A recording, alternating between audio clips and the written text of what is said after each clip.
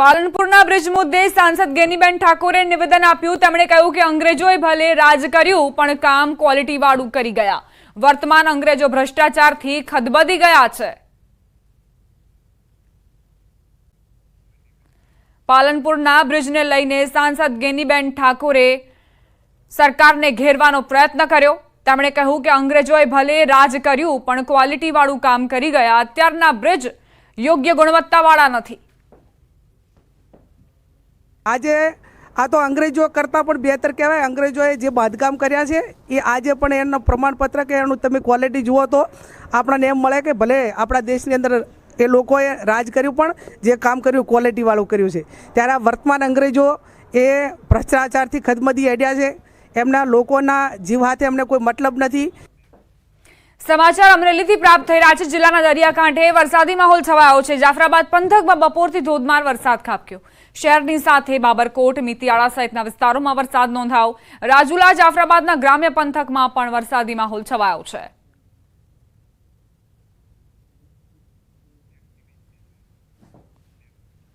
આણંદ જિલ્લાના ઉમરેઠમાં ડેન્ગ્યુનો પગપેસારો થયો। ઉમરેઠમાં ડેન્ગ્યુનો પ્રથમ પોઝિટિવ કેસ સામે આવ્યો છે। 14 વર્ષના બાળકનો ડેન્ગ્યુનો રિપોર્ટ પોઝિટિવ આવ્યો। 14 વર્ષનું બાળક હાલ ખાનગી હોસ્પિટલમાં સારવાર હેઠળ છે। ઉમરેઠ નગરપાલિકા દ્વારા દવાનો છંટકાવ તેમજ ફોગિંગની કામગીરી કરવા નગરજનો માંગ કરી રહ્યા છે।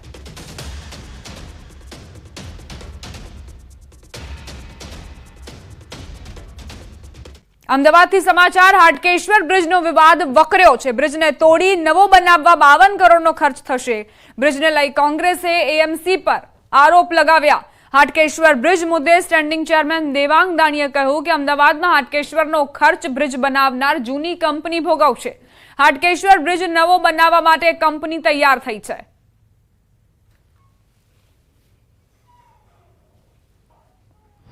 જે પણ બ્રિજનો જે ખર્ચો થવાનો છે 52 કરોડ 44 રૂપિયા નવો બ્રિજ બનાવવાનો સ્પાન સાથે અને 7 થી 8 કરોડ રૂપિયા તોડવાનો, આમ ટોટલ જે કોસ્ટ છે 52 કરોડ રૂપિયા। એ તમામ કોસ્ટ આપણે વાત કરીએ કે જે કંપનીને બ્લેકલિસ્ટ કરી છે, જે કંપની પાસે જેને બ્રિજ બનાવ્યો હતો 17ની અંદર અને 19ની અંદર સ્ટ્રક્ચરમાં ખામી થતાં એ બ્રિજ આપણે બંધ કર્યો, તો એ કંપની પાસેથી આ તમામ જે ખર્ચ છે એ વસૂલવામાં આવશે। અમદાવાદ મહાનગરપાલિકાએ વસ્ત્રાપુર ફૂડ કોર્ટ બનાવવાનો નિર્ણય પાછો ખેંચ્યો। વસ્ત્રાપુર લેકના વિકાસ સાથે વસ્ત્રાપુરમાં આવેલા એમ્ફી થિયેટરને તોડીને 5.5 કરોડના ખર્ચે ફૂડ કોર્ટ બનાવવા માટે એએમસીએ આયોજન કર્યું હતું। એમ્ફી થિયેટરના કાર્યક્રમો ઓછા થતા હોવાનું કારણ આપીને ફૂડ કોર્ટમાં 55 જેટલા ફૂડ સ્ટોલ રાખી શકાય, જે જગ્યા ભાડેથી આપી શકાય તેવો પ્લાન તૈયાર કરાયો હતો, પરંતુ ગુજરાતી કલાકારોના વિરોધ બાદ વિવાદ વધારે ન વકરે તે માટે સ્ટેન્ડિંગ કમિટીએ દરખાસ્ત પાછી ખેંચી લીધી। હવે વસ્ત્રાપુર ફૂડ કોર્ટ નહીં બને, પરંતુ આ જ એમ્ફી થિયેટરને વિકસિત કરવામાં આવશે। ઉલ્લેખનીય છે કે ફૂડ કોર્ટ બનાવવાના નિર્ણયથી લગભગ 5 જેટલા પ્રોગ્રામ રદ કરવામાં આવ્યા હતા।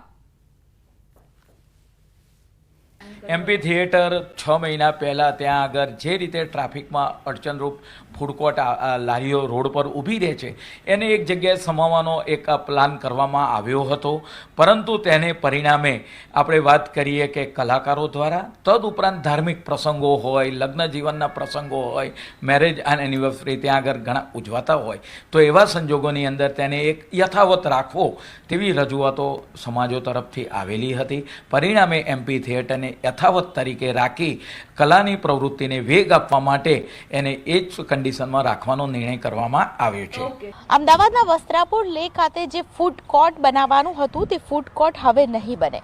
આપ એમ્ફી થિયેટરને જોઈ રહ્યા છો। આ એમ્ફી થિયેટરની જગ્યાએ 5 કરોડના ખર્ચે ફૂડ કોર્ટ બનાવવાનું હતું, પરંતુ હવે આ ફૂડ કોર્ટ નહીં બને, જેની પાછળનું કારણ છે કે કલાકારોએ એમ્ફી થિયેટરને ચાલુ રાખવા માટે માંગ કરી છે અને તેની સાથે ખાસ કરીને કલાકારોએ વિરોધ પણ કર્યો હતો। ત્યારબાદ સ્ટેન્ડિંગ કમિટીએ દરખાસ્ત પાછી મોકલી દીધી છે। સૌથી મહત્વની વાત છે કે 5 કરોડના ખર્ચે જે 55 જેટલા ફૂડ કોર્ટ છે તે બનાવવાનો અહીં નિર્ણય કરવામાં આવ્યો હતો અને કાર્યક્રમો ઓછું થવાનું કારણ છે તે આપવામાં આવ્યું હતું, પરંતુ ગુજરાતી કલાકારો આ નિર્ણયનો વિરોધ કરી રહ્યા હતા। ત્યારબાદ આખરે વિરોધ વચ્ચે સ્ટેન્ડિંગ કમિટીએ દરખાસ્ત પરત મોકલી દીધી છે અને 55 જેટલા જે ફૂડ કોર્ટ બનાવવાના હતા, જેને ભાડે આપવાની અમદાવાદ મહાનગરપાલિકાની યોજના હતી, તેને પાછી લઈ લેવામાં આવી છે. તેની સાથે ખાસ કરીને હવે આગામી સમયની અંદર હવે ખાસ કરીને જે ગુજરાતી કલાકારો છે તેમની માંગ છે કે આ જગ્યા છે તેને ડેવલપ કરવામાં આવે અને એ રીતે ડેવલપ કરવામાં આવે કે લોકો અહીં કાર્યક્રમો પણ કરી શકે, થિયેટર પણ કરી શકે. કેમેરામેન શેનિંગ માતા સાથે દીપિકા કુમાર, ન્યૂઝ 18 ગુજરાતી, અમદાવાદ. નર્મદા જિલ્લાના કેવડિયા કોલોની ખાતે એક ભાઈ ટાવર પર ચડી ગયા. ગણપતભાઈ તડવી નામના વ્યક્તિ ટાવર પર ચડી ગયા હતા. તેમની માંગ હતી કે તેઓ ધક્કા ખાઈને થાકી ગયા છે, પરંતુ જમીનનું વળતર હજુ નથી મળતું. તેથી આવું પગલું ભર્યું. ઘટનાને પગલે ફાયર બ્રિગેડ, પોલીસ, ધારાસભ્ય, ઇન્ચાર્જ પ્રાંત અધિકારી સહિતના તમામ સ્થળ પર પહોંચ્યા. તેમને સમજાવવામાં આવ્યા કે તેમની માંગ સ્વીકારવામાં આવશે અને લેખિતમાં ખાતરી આપવાનું કહેતા નીચે ઉતર્યા હતા. તેઓની જમીન વર્ષો પહેલા સંપાદન થઈ હતી, જેનું અડધું વળતર હજુ નથી મળતું, જેના કારણે તેઓ કંટાળ્યા ટાવર પર ચડીને આપઘાતનો પ્રયાસ કર્યો હતો.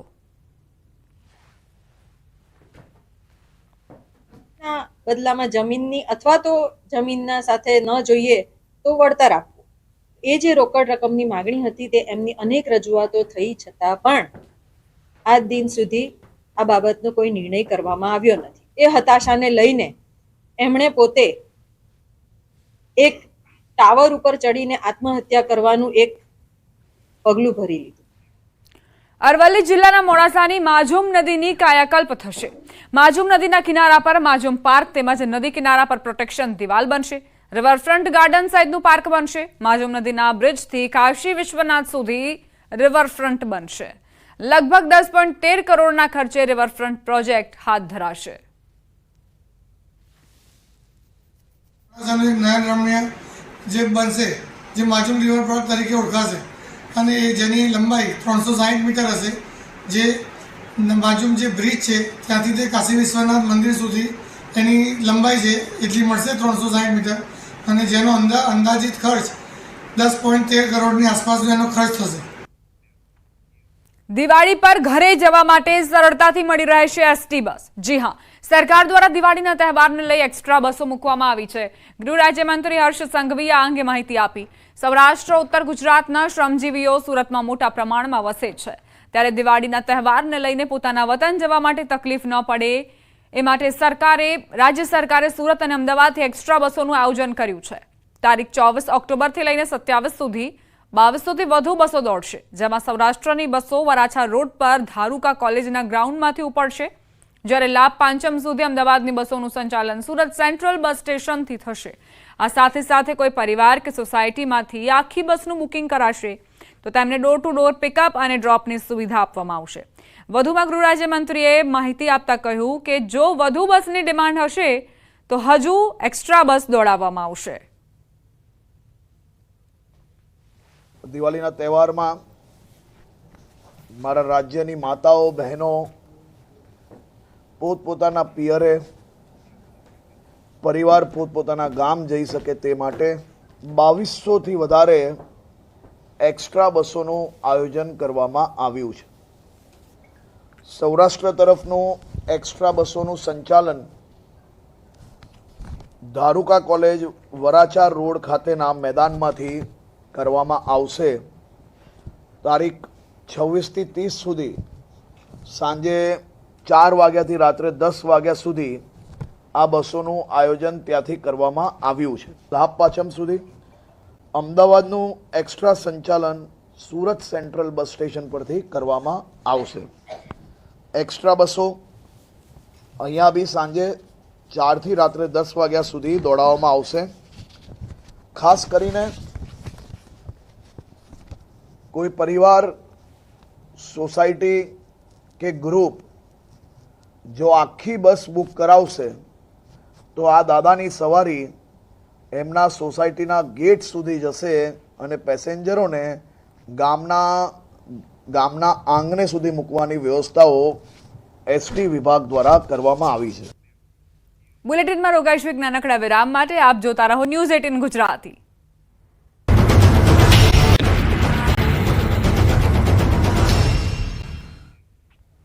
Welcome back. ગુજરાતભરની કોર્ટમાં આજે લોક અદાલતનું આયોજન કરાયું. ગુજરાત હાઈકોર્ટના જસ્ટિસ બીરેન વૈષ્ણવે લોક અદાલતોના કેસો અંગે માહિતી આપી. તેમણે કહ્યું, કોર્ટમાં 3.25 લાખ કેસો સમાધાન માટે લોક અદાલતમાં આવ્યા. પ્રિલિટિગેશન માટે પણ ઘણા કેસ મૂકવામાં આવ્યા છે. અમદાવાદ ક્રિમિનલ કોર્ટમાં આશરે 55,000 કેસ પ્રિલિટિગેશન માટે મુકાયા. નેગોશિયેબલ ઇન્સ્ટ્રુમેન્ટ એક્ટ હેઠળની 1.20 કરોડની રકમના કેસોને સમાધાન કરાયા, જ્યારે 500 જેટલા મેટ્રોમોનિયલ કેસ માટે પણ સમાધાન માટે મુકાયા.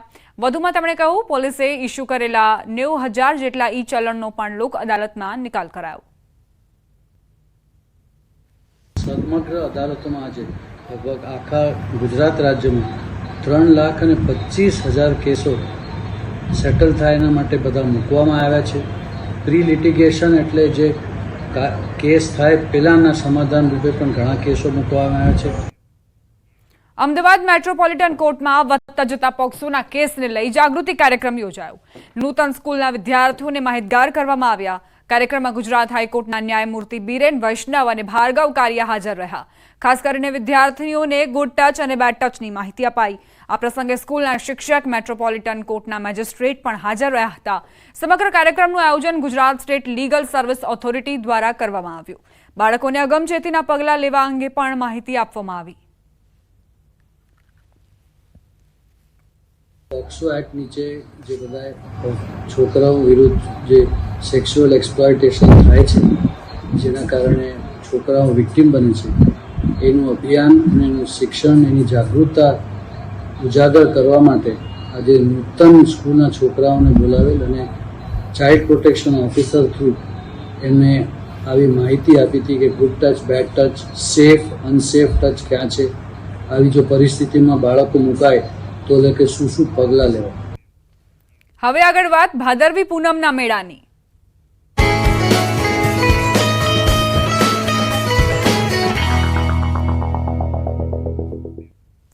ભાદરવી પૂનમના મેળાને લઈ અંબાજી જતા માર્ગો પર સેવા કેમ્પો ધમધમી રહ્યા છે, ત્યારે ખેરાલુનો એક સેવા કેમ્પ સેવાની સાથે સાથે અંગદાનની જાગૃતિ પણ ફેલાવી રહ્યો છે. છેલ્લા 15 વર્ષથી આ કેમ્પ યોજાય છે, પરંતુ છેલ્લા 2 વર્ષથી આ કેમ્પમાં અંગદાન અંગે જાગૃતિ આવે તે માટે પ્રયત્નો કરાઈ રહ્યા છે. આ પ્રસંગે કેમ્પમાં અંગદાન મહાદાનના પ્રણેતા દિલીપભાઈ દેશમુખે જણાવ્યું કે અંગદાન નહીં મળતા દેશમાં રોજના 20 લોકો જીવ ગુમાવે છે. એક વ્યક્તિના અંગદાનથી એક પરિવારને નવજીવન મળે છે, ત્યારે અંબાજીના મેળા સાથે ભક્તોમાં અંગદાન માટે જાગૃતિ આવે તે માટે પ્રયાસ કરી રહ્યા છીએ. ત્યારે પદયાત્રીઓ પણ આ કેમ્પના પ્રયત્નોની સરાહના કરતા જોવા મળ્યા. આ સંવેદના સેવા કેમ્પ જે અંબે મિત્ર મંડળ દ્વારા ખેરાલુ ખાતે આયોજિત કરવામાં આવ્યું છે અને અંગદાનને થીમ બનાવીને આ સેવા કેમ્પ કર્યું છે. આ ખૂબ સારી છે, કારણ જાગૃતિના અભાવમાં અત્યારે અંગદાનનો જે રેટ જોઈએ એ આપણા દેશમાં નથી. લગભગ 20 લોકો અંગોની પ્રતીક્ષામાં દમ તોડી દે છે, એટલે 20 લોકો મરી રહ્યા છે. છેલ્લા 15 વર્ષથી સતત આ સેવા કેમ્પ કરવામાં આવી રહ્યો છે. બારકોડ સિસ્ટમથી અને ઓનલાઈન રજીસ્ટ્રેશન, કે અંગદાન કરવું તો કઈ રીતે કરવું, એની કઈ સિસ્ટમથી ક્યાં આપણે રજીસ્ટ્રેશન કરી શકીએ, એની માહિતીઓ અને અંગદાન કરવાના ફાયદા શું છે અને કઈ રીતે કરી શકીએ એ લોકોને જણાવીએ છીએ. અને અમે જે ધારતા હતા એના કરતાં પણ ખૂબ સારી રીતે લોકોનો પ્રતિસાદ મળી રહ્યો છે. અંબાજીમાં ચાલતા ભાદરવી પૂનમના મેળામાં બીજા દિવસ સુધીમાં 5 લાખથી વધુ શ્રદ્ધાળુઓએ દર્શનનો લાભ લીધો. મેળાના બીજા દિવસે મંદિર ટ્રસ્ટના 2.37 લાખ મોહનથાળ પ્રસાદના પેકેટનું વિતરણ થયું. મંદિર ટ્રસ્ટની નિઃશુલ્ક ભોજન સેવાનો 65,000 લોકોએ લાભ લીધો. તો મેળાના બીજા દિવસે અંબાજી મંદિર ટ્રસ્ટની આવક ₹90 લાખ જેટલી થઈ. આ મેળાના આજે સેકન્ડ ડે છે.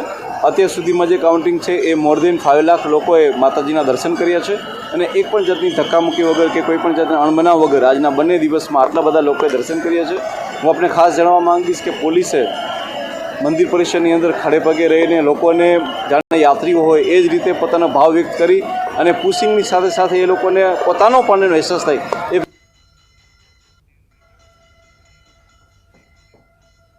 આ સાથે જ બુલેટિનમાં અત્યારે બસ આટલું જ. વધુ અપડેટ્સ માટે આપ જોતા રહો News 18 ગુજરાતી.